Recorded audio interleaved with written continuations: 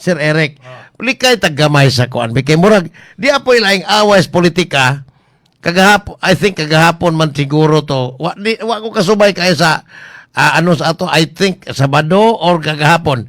Ningon si Defense Secretary Gilberto Chodoro nga kadtong mga politikong elected o niya pro-China ang ilang stance. May pagmang-resign, suko ni react si Congressman Pulong Duterte sa Davao kay mura ko nagmandar og iyang saop o niya nagserbisyo ang mga politiko base sa ilang prinsipyo o sa ilahang kaugalingong kanang konstituente. Pero sir, unsa man gining West Philippine Sea? Dugay na ni nga isyo kay nidaog man ta sa UN Convention on the Law of the Seas sa kon lang siya po to. Sir, unsa man gid ay naalinha o nya unsa man pud ning West Philippine Sea kami ng danos Pilipinas? Una sa tanan, no? Una sa tanan, nakatutok to sa West Philippine Sea. Okay? Ang tinuoda na, ang atong Philippine Navy ug Coast Guard, tuwa dito sa western side. Nakalimot ta nga naay Bentham Philippine Rice. Benham Rice. Benham Rice. Nga mas dako ang posibilidad sa natural gas ug oil possibilities din ha. Sa East Philippine Sea. Correct, sa East Philippine Sea. Sa right side na siya sa Quezon og dapita anang kuan. Kanang sa Northern Luzon going to the east side. Walay nagbantay ana. Karon nakaabot na ang Communist China din ha nga nagmonitor, nakaabot na. Dito nagpaso-paso na. Nakaagi na sila. Oh, yung Coast Guard namataan daw nila. Kita niata din sa una na gibantayan. Ikaduha kanang giingon nga yung mga politiko na dapat pro Red China mag-resign. Ingon na ni ang ako lang isugyot. Ginagmay lang ni. Yung mga politiko na nagbigay ng permiso o permit sa pagkuha ng lupa ng Pilipinas para ilagay sa mga lupain ng Communist China dyan sa West Philippine Sea, ang unang kasuhan. Sir, Sakto, dili. Pangasinan. Unsa ni mga ko na maligya ana? Mao na siya. So, therefore, there must be a case filed or investigation should follow regarding these individuals who allowed Philippine soil to be used as foundation of these Communist Chinese military bases. Kanang ilang artificial island? Artificial, yes. So, Stambuanga. there must be an investigation. Stambuanga. See, so karon katong akong nahisgutan no, kani man kong issue sa West Philippine Sea o kanang 11 dash line or 10 dash line or 9 dash line depende maguna sa kisay administrasyon sa Beijing whether Gumindang or kanang Communist China. Kanang 11, 10, 9 dash line nasugod na 1937 ka o ka No. under the Kumindang. It is actually kanang gobyerno nga naa sa Taipei ang unang nagpagawa sa anang ilang pagtan-aw sa kinatibuk-an sa kadagatan sa South China Sea. So, pagkatangtang nila, gipadayon lang sa Beijing kanang Communist China. Karon, kung makadungog tag usa ka nasod nga moingon or atong silingan moingon nga kanang imong swimming pool ako mana. Palitan ba? React ka o react? Muriak ka. Sa may buhaton nimo, day magbutang tag mga iro day kay ngano katong sa kaadlaw naligo man din na swimming pool nato atong mga kasilingan, di ba? Oh, di ba sakto? O kun dili butangan natog alad, butangan natog suga. Tanan ba? Tanan ning buhaton. In 1937 gibuhat na. In 1994 nagsugod nag-swimming ang Communist Chinese dinha sa West Philippine Sea. Stambuanga. So karon, how many years ago was that? Muna gibuhatan na nako kuan kanay bang we had 89 years to prepare diplomatically. Maskig military, maskig later on. Sige, we had 89 years to prepare diplomatically for West Philippine Sea. We did not. So, sir, 1937, Oo. wa pa Second World War. Pero pag ulbo Padung pa. Padung pa. Pag ulbo, after Second World War, unsa ni tabo? Wala na ni padayona kana naman na lagyan. Nagkuan lang ta.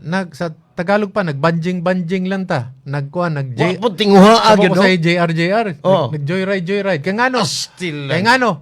Nga magprepara naman ta nga. Sus, kaning Amerikano, dako kay glawas, may mukulata na. Adi, kita relax lang ta.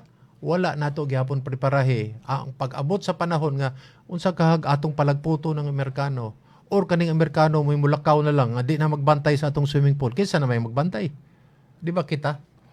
We did not Still prepare lang. for it. For example, katong giingon ni Bongbong Marcos sa SONA, katong PAC Silica, part of the Yes, kana, sana. part of the industrialization process of the Philippines. In the time of Elpidio Quirino, After Second World War. April 17, 1948. 1948, after the war. It was Elpidio Quirino who said, "We will industrialize the Philippines." Nagpagawas pa and then gisundan ni Carlos P. Garcia, Filipino first.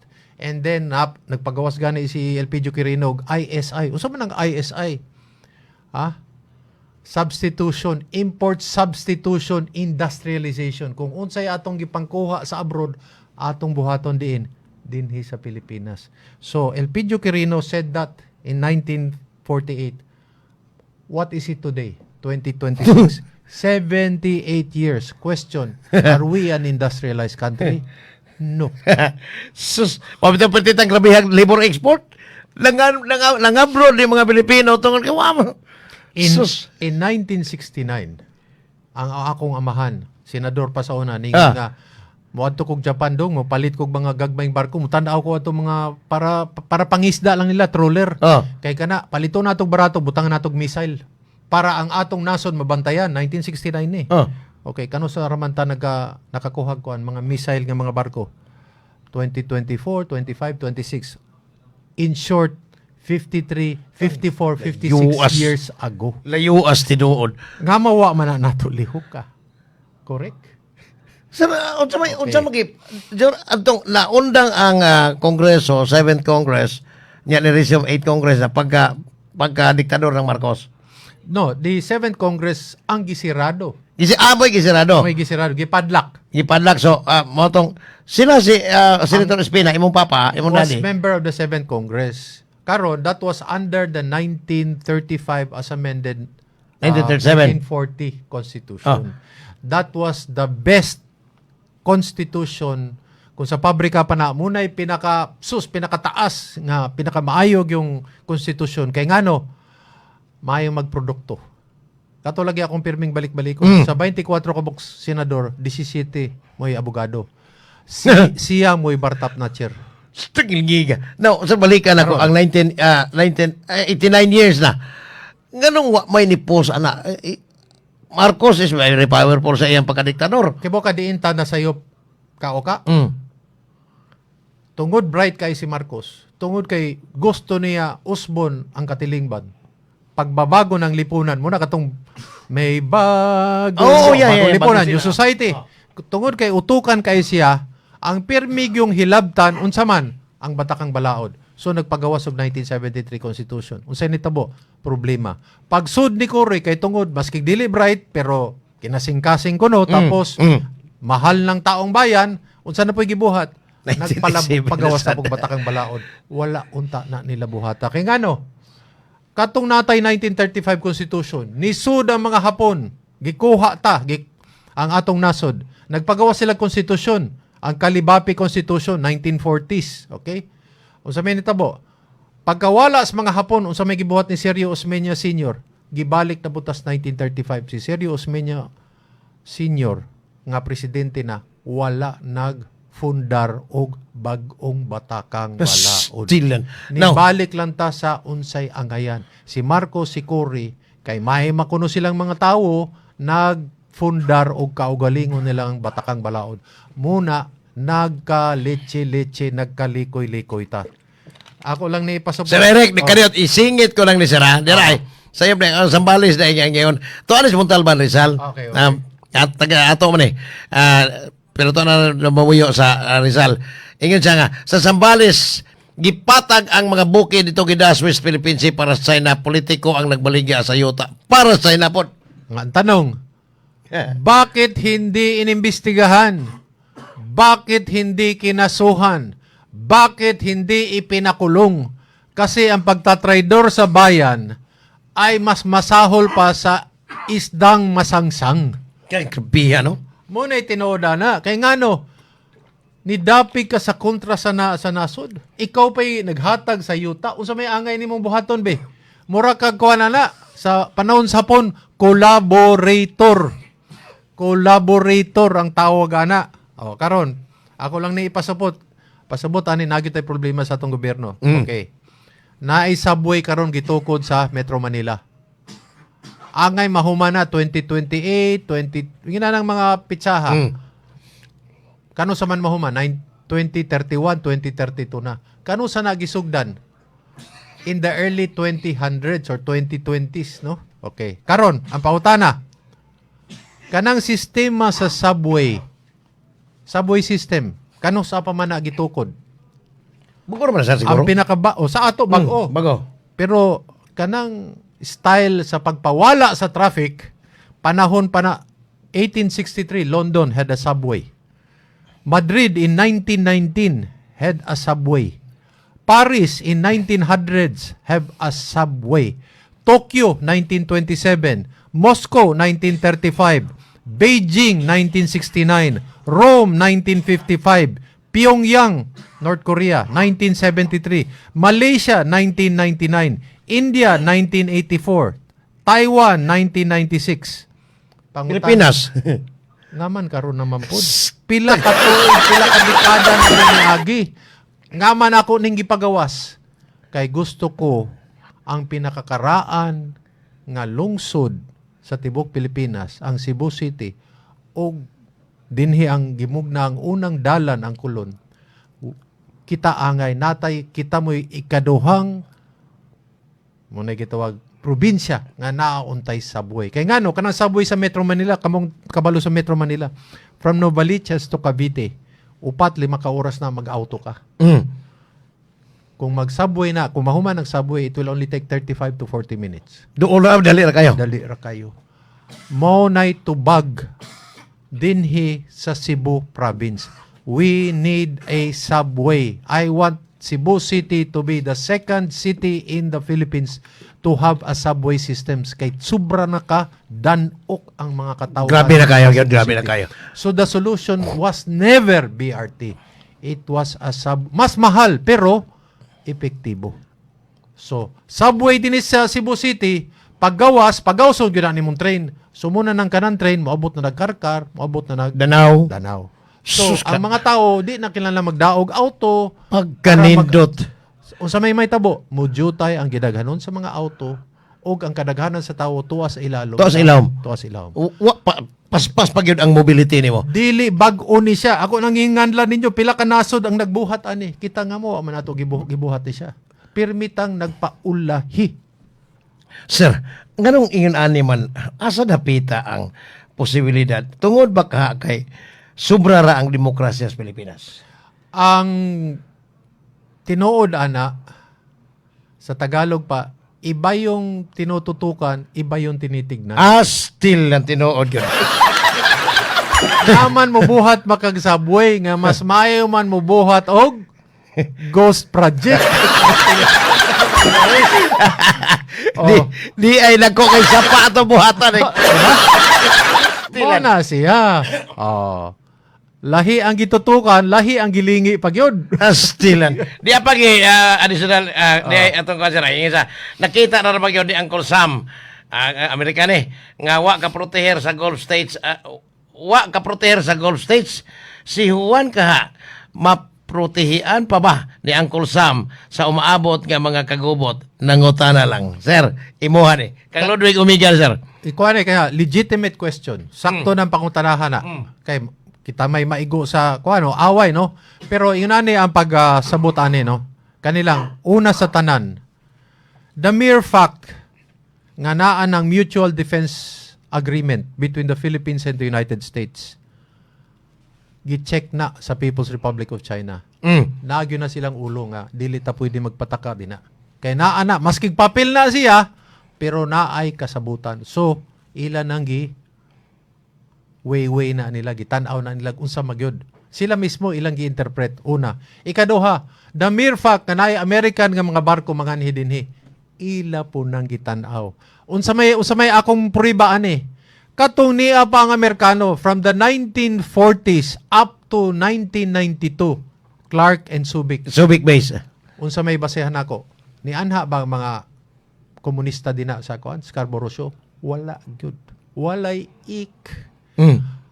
Kanang Scarborough Show mo na gigamit nga bombing run praktisan sa Philippine Air Force og Sa US. US. Kung ila na sa una pa, kung People's Republic of China ang tagiana, sa una pa unta React ka na sa una pang react. nga mo wa malagi ni react tungod na ang mga Amerikano. So pasabot nako maapil gihapon ta sa security umbrella. So ang gibuhat po sa Pilipinas ang nakamaayo kay nakigsabot ta sa Australia, South Korea, Japan, Britain ug ang mga nasod nga pareha nato nga mutuo sa demokrasya ug pareho tag mga tinuhuan. So karon dili lang ni away sa Amerika ug sa Communist China, away ni sa mga nasod nga pareho og sistema o gituhuan kontra atong mga nasod nga komunista o diktador.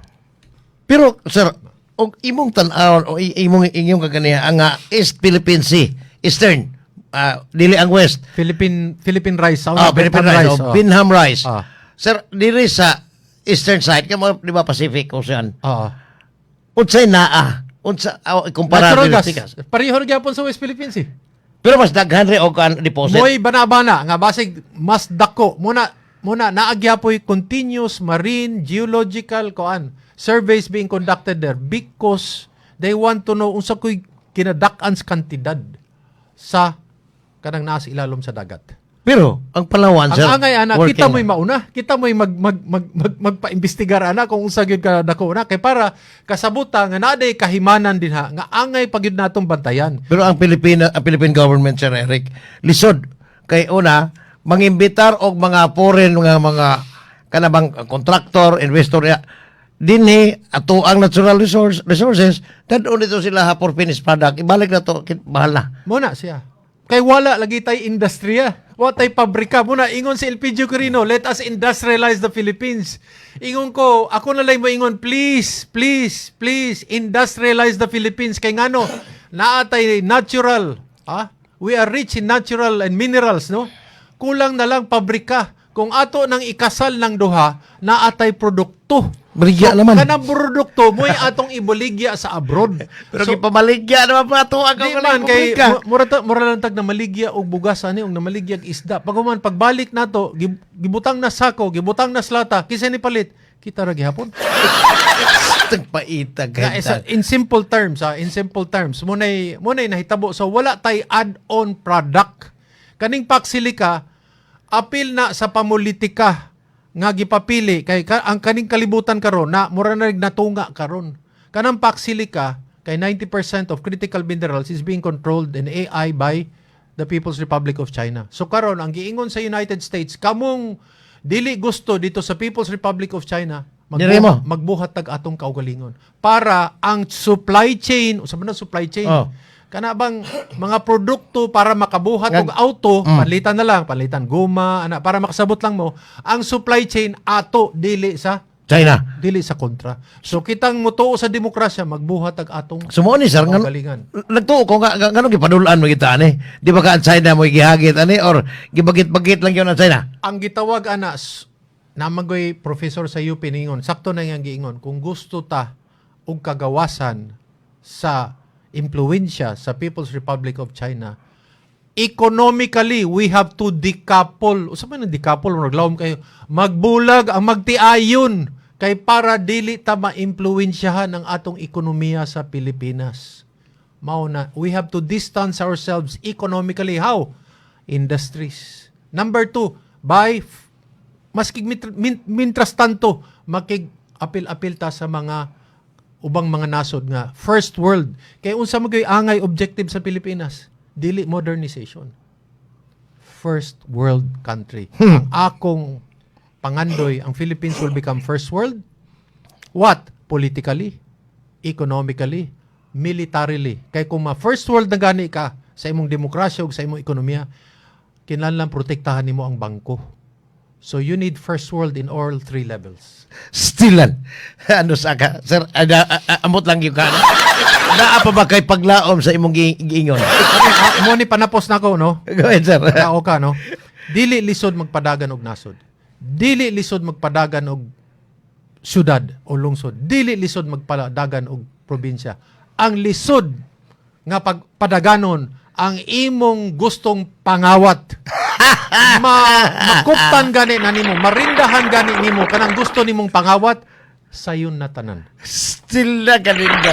Sir Alex, salamat yung kayo sa imong time. Thank you, Hopefully, dili yung kapulaan na subay na mo dire in town kay nagkinahanglan po mi. Og dugang pang kasar naghanaan to. Silang katong imong gipang sigutan ni mo ito ni aging guesting nato dire sir. Akong reviewon. Oo. Automatic man yung naka-record man automatic man ma-review man Mao na nga dako kayo og pero gitagaan ko nimo og kuha ka namang bala para sa sunod na ko mga programs. Fall of the Giants, maayo gyud butangan og ngipon ang demokrasya. Too much democracy. Fall of the Giants, ha? Oo. So, Sir, salamat sa time. I love you, Kaoka. I love you, Cebu. I love you, Philippines. Salamat, may buntag ni mo, sir. Ako among mga partner sa Masters kung silang musik lang tuntun, Ramel Madera. O niya, diyan na po ang mga igbalita o niya alas 12 sa iyo ay bahog balita ng boss natin Ladaw Stingjo. Inyong alagad o ka among station manager Ma'am LB Canet. Inyong alagad o ka pasaporte gyapon may buntag. Inyong nabati ang tulumanon. Padayong Pilipino! Hantod sa sunod higayon, daghang salamat sa inyong pagpaminaw.